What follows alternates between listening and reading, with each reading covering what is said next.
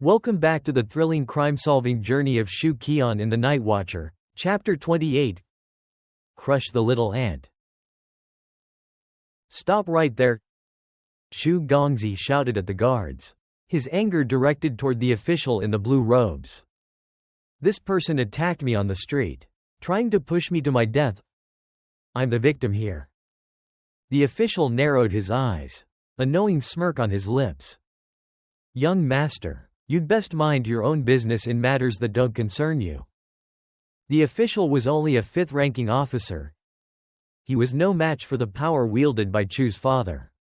But he was an official of the Ministry of Justice nonetheless, and his authority wasn't to be trifled with.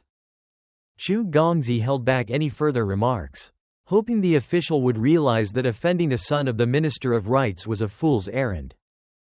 In the bureaucratic world, making enemies was always a grave misstep. To Chu's surprise, the official showed no fear at all. Instead, he chuckled as he addressed him. You can take that message to the Grand Secretary, young master. Frowning, Xu Gongzi exchanged glances with the elder beside him. Chen Fuyuan leaned in to murmur. The Grand Secretary is an acquaintance of yours, isn't he? If there's no emergency, he won't probe further. The hidden meaning hung in the air. Something was off here. Frustrated, Xu Gongzi could not let the chicken slip from his grasp. Just a minor issue with this ant of a person, and he could easily turn the tide against Xu Qi'an. Exiting the dim hall of the ministry, sunlight flooded in, forcing Xu Qi'an to squint, adjusting to the brightness outside. He followed the official in blue into the main courtyard, which bustled with activity. Officials in various robes milled about, and Xu spotted over a dozen youths in white training robes, alongside two dead horses and a pair of elderly sages, their presence commanding and intense. The sight bamboozled Xu Gongzi. What was happening here? As he heard the clinking of chains cease, Xu Qi'an halted, turning back with a grim expression. You should be grateful I'm not using torture on you. Let me introduce myself again. I am a newly recruited disciple of the Grand Supervisor. The old man's complexion shifted dramatically. In an instant, the confident facade of Xu Gongzi crumbled. That was impossible. He couldn't be a disciple of the Grand Supervisor. But as they laid their eyes upon the rows of white-clad officers of the Celestial Watch, silence fell between them. Xu Qi'an ignored their looks and stepped forward, scanning the group of whites-clad officers. Oddly, he didn't see Kai Wei among them. Where was she? Wouldn't she have come to save me? Especially when the alchemy texts were in question? I mean, was she simply too occupied to assist, sending her fellow disciples instead? With the sound of rattling chains fading, he inhaled deeply. Xu Qi'an pays his respects to his honored seniors. Seniors? Song Qing raised an eyebrow, studying Xu with renewed scrutiny. You wrote the texts. Seeing a tinge of hostility in Song's gaze, Xu nodded. This is not the place to discuss it. After we leave the ministry, if you wish to ask questions, Ning Yan will answer them. As Song watched Xu converse so easily with the Celestial Watch, his expression turned momentarily dumbfounded.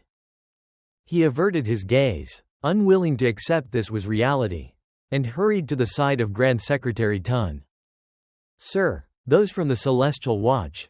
Tun glanced at him, barely amused. They're here for the boy. Xu Gongzi's body shuddered slightly. The frail old man's breathing quickened. Xu Qi'an really was a disciple of the Grand Supervisor. That can't be true. If he was indeed affiliated, then there was no way the financial scandal could touch the Xu family. Envisioning the possible implications of Xu Qi'an's presence, a chilling thought struck him. Could he have uncovered the financial scandal? The brilliance of a perfect forger, capable of recreating silver, surely drew the eye of the Grand Supervisor. If the Grand Supervisor discerned his talents and deemed him worthy, it was entirely plausible he might take him on as a disciple. Moreover, if he wasn't the Grand Supervisor's disciple, what brought all these white-clad figures here? That realization brought the old man's awareness to two silent sages standing resolutely among them. And the mystery of the dead horses snapped into focus. He squinted, recognition dawning as he realized they were from the Cloudy Forest Academy. Clearing his throat, he asked, "Grand Secretary, what about those two sages?" "They've come to claim him as well," Tun said, his face an impassive mask. Xu Gongzi's visage stiffened, and he turned slowly to face the old man beside him, eyes wide. "You are Xu Qi'an." Xu turned back to meet the old man's gaze, recognizing him as the elder clad in gray with a short, pointed beard. "And I am Elder Tu Chu," said another figure draped in blue. A soft smile spreading across his weathered face as he scrutinized Xu. "Don't worry. You will find your true path. Everyone in the realm knows your name now, thanks to your work." Xu found himself swept up in the goodwill of their presence, yet still aware of the unspoken nuances of his situation. "I was just caught up in enthusiasm, old sir. Please excuse my lack of decorum," he replied, pouring out his respects. Referencing to his courtesy name, he introduced himself formally, "Call me Ning Yan." Formality was essential. Introducing oneself without honorifics could be seen as a grave slight. Elder Tu's smile broadened. "This is not the place for idle chat. Let's leave the ministry first." Nearby, Song Qing could no longer restrain himself and hastily urged, "Let's move it along." A guard stepped forward to remove Xu Qi'an's shackles and cuffs. "Agreed?" Xu nodded. The expressions of the Celestial Watch officers manifested lightheartedness. Their goal had been achieved, and Xu's return was now ensured. Anticipation for their next encounter hung in the air. The two sages, Li Mo Bak and Zhang Xian, did not wish to linger either. They were well aware a fierce competition awaited them. "Ha?" Xu Gongzi watched Xu Qi'an depart in the company of the others, feeling a weight lift from his shoulders. Any remaining fears now morphed into newfound dread. "Wait!" Xu Qi'an suddenly paused. The Celestial Watch and the two sages turned their gazes toward him. "I still have something to attend to," he announced courteously, now pivoting towards Xu Gongzi. As he passed by the guards, he snatched up a piece of wood from the shackles. "What do you think you're doing?" Xu Gongzi stumbled backward, alarm coursing through him. "Xu Qi'an, my father is a minister of the Ministry of Rights. How dare you touch me? Are you bold enough to resort to violence here at the ministry?" "Grand Secretary, someone stop this rogue. Chen Fuyuan, protect me."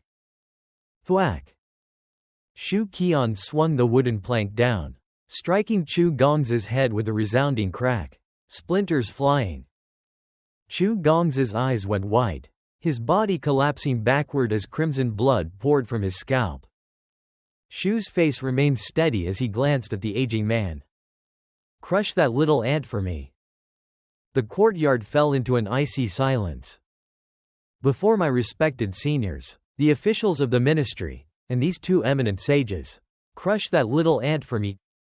Quickly.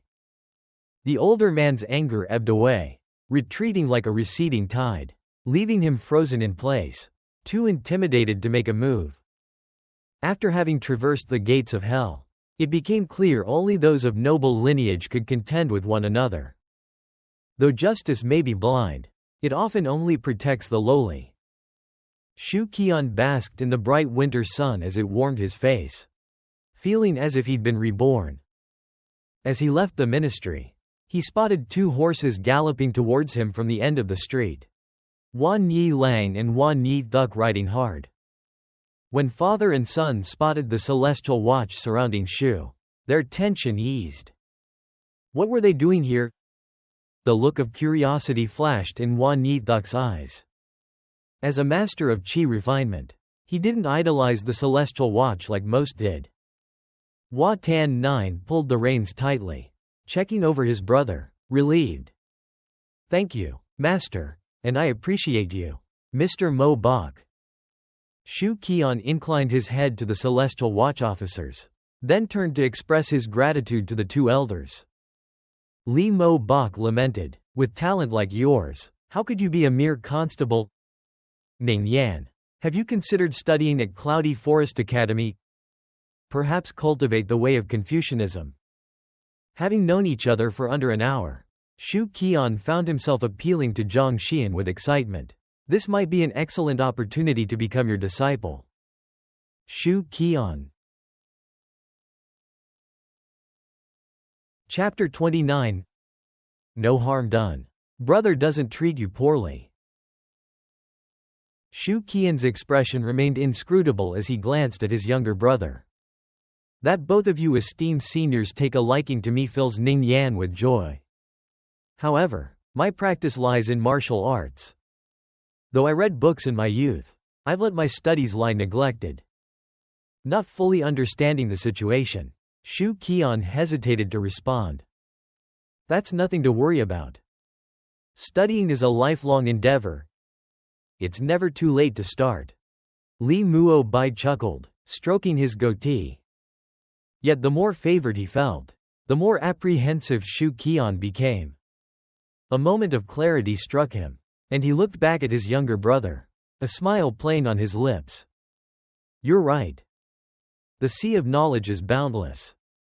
Though I found a natural talent for writing, I see I've caught the eye of two great teachers. If I visit the library, I won't wait until the last moment to make my presence known. I intend to surpass Xu Qi'an. Xu Qi'an, hearing this, gasped in surprise, his tone dripping with pride. The reason why Master and Li Bai chose you is for your poetry. Like the poem, Mian Yang Ting sends Yang Gong the clear pearl. With those words, Xu Tan Nian stiffened, unable to meet the gazes of his teachers. He lowered his head slightly. The piece mentioned served as inspiration for Xu Qi'an, a clear challenge from his younger brother. The spectators, understanding this exchange, seemed to delve deep into their thoughts. The two esteemed scholars fell silent, evidently contemplating it as a shortcut to immortality. If one simply referenced peers like Wang Lun, it became clear that one could easily immortalize their name alongside the legendary poet Li Bai, a smooth road to eternal recognition. One could see that achieving success in such a way required a certain finesse. The old-world idea of clever wordplay or what those contemporary denizens deemed getting ahead by riding the coattails of others was as pertinent now as ever. Xu Qi'an's thoughts were jumbled at the thought that he might be appreciated not for his handsomeness and moral character but solely for his poetic abilities. Li Muo Bai and his fellow senior, both robust men with cheerful countenances, remained unruffled. Xu Qi'an pondered briefly. I'm grateful for both of your support. I, Ning Yan, am truly eager to learn, and to refuse would be disrespectful.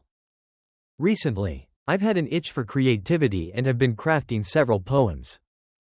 After settling the matters at hand, I'll make my way to the library to pay my respects. Li Muo Bai let out a sigh of relief. His smile broadened at Xu Qi'an's words. If Xu Qi'an insisted on vying for a student with Zhang Shen, who had the backing of Xu Qi'an, then his chances would surely diminish. If that's the case, we shall be waiting for you at the library, Zhang Shen affirmed. He turned his gaze toward Xu Tan Nian, his tone sharp. Qi'an, first cultivate your essence before seeking self-discipline. You've been at the Kaichao stage for a year without making any breakthroughs to the Tu Shen realm. Copy the teachings of the sages 300 times and bring it to me next week. Xu Tan Nian looked as if he had been struck by lightning. I can cross 30 paces with a single step, Zhang Shen replied before turning away and vanishing into thin air. Within the span of 3 steps.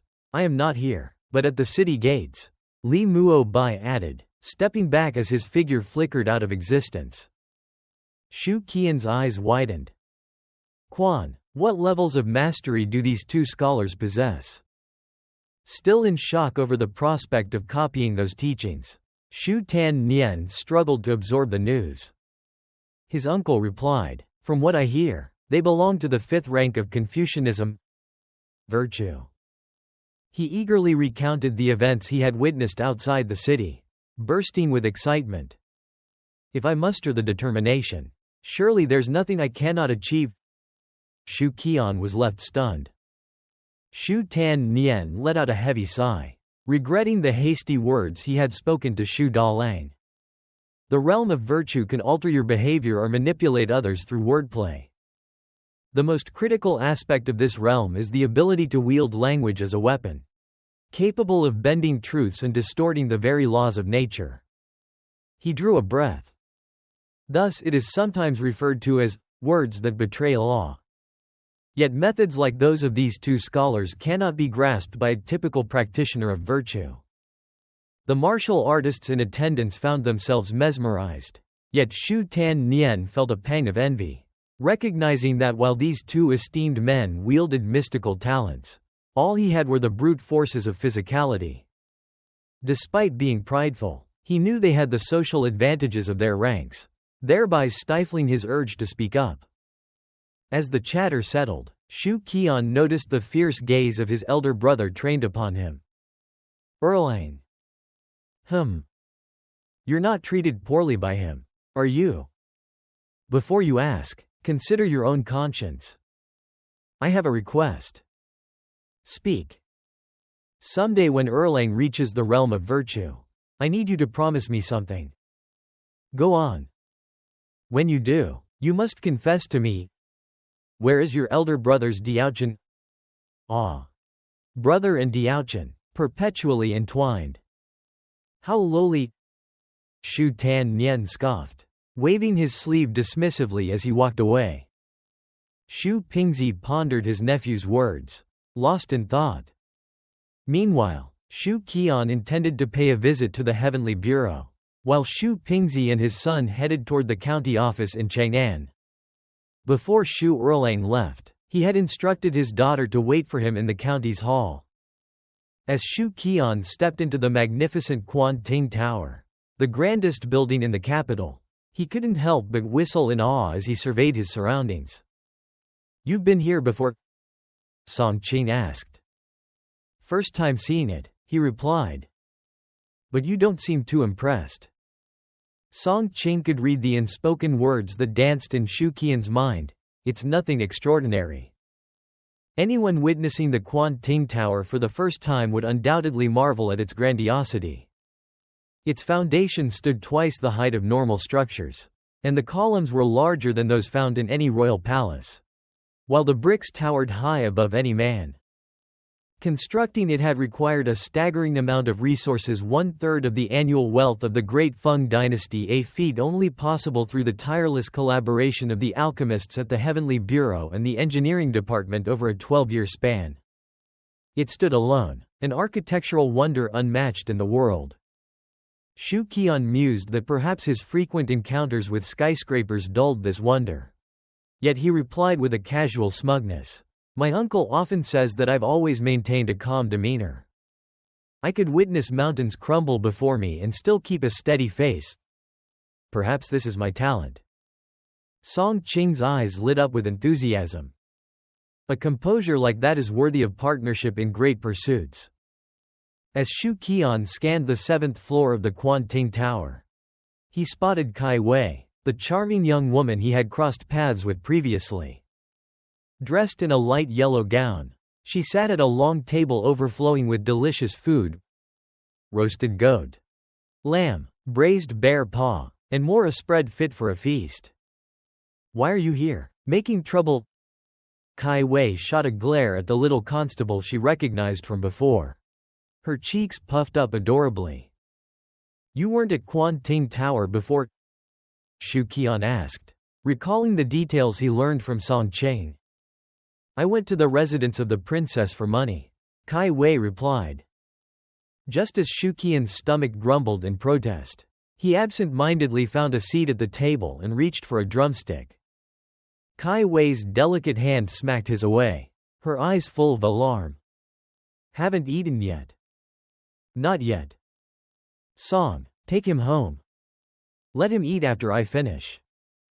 At the sudden memory of his sister Xu Lingyan, Xu Qi'an nearly choked, unsure whether to swallow or spit out the food. Why did you get into a fight with the Chu family? Kai Wei asked suddenly while munching on a piece of food. I was taking my sister out shopping, and the Chu family took a fancy to her looks. Is your sister pretty? As pretty as you know. Even better. Then she must be a heavenly beauty. Not like the ordinary folk. Xu Qi'an lifted his gaze, catching the graceful outline of her face highlighted by sunlight filtering through the wall's ventilation holes. Her complexion glowed with health, a gentle warmth radiating from her presence. Those captivating, bright eyes, round and glistening like shimmering water, were an exceedingly rare sight. He felt fortunate to encounter someone as enchanting as Kai Wei. With the tax records finalized, do you know who swapped your uncle's taxes? She asked, idly licking her fingers. Xu Qi'an shook his head. I'm just a lowly constable. Kai Wei glanced away, her demeanor shifting, and took a bite of crispy, golden-skinned duck. The one behind the tax tampering is the Tian Hu Lu Shankai of the Imperial Sword Guards, and then there's Zheng Tian, who represents the Ministry of Revenue. So, Xu Qi'an furrowed his brow as a wave of realization washed over him. I've heard that Minister Lu Shanping is their backer. Damn it! Xu Qi'an couldn't help but curse, his mind racing with implications. The thoughts clicked into place, a spark like electricity flashing through him. So that's why they were so set on silencing him. It was retaliation for disrupting their plans with the tax records, ruining their schemes. They were determined to strike back. No, perhaps the events of today were part of a larger plot meticulously devised in advance. The estate of Minister Lu was far from the Hua estate. After all, why did they come so close to Hua's home? Unless they had intentionally orchestrated this. Perhaps they had even investigated his sister, Xu Lingyue. The playful scheming with the Li family's daughters had merely been a ruse, an excuse to create chaos and destroy him. A chill crept down Xu Qi'an's spine, twisting itself like cold serpents slithering in the gloom of his heart. Thanks for listening till the end. If you enjoyed it, don't forget to subscribe so you won't miss the next chapter.